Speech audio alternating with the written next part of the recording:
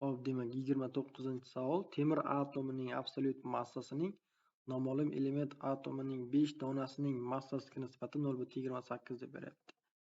Demak, temirning absolyut massasini topish uchun uning nisbiy atom massasini, ya'ni nisbiy atom massa demak temirnikini ko'paytiramiz massa atom birligiga.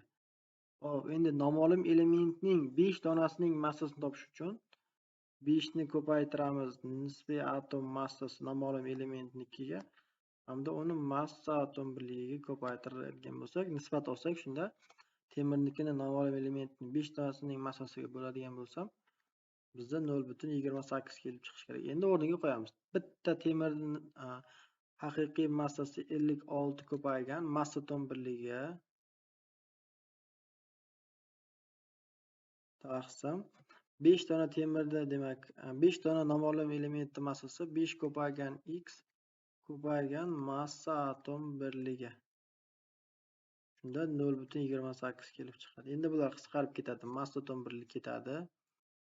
Demak 56 barobar 5 ko'paygan x ko'paygan 0,28. Shu tenglamadan x ni topamiz. 5 ni 0,28 ga ko'paytiraman, 1,4 bo'ladi. Ya'ni 1,4 x tenglik bo'ladi 56 ga.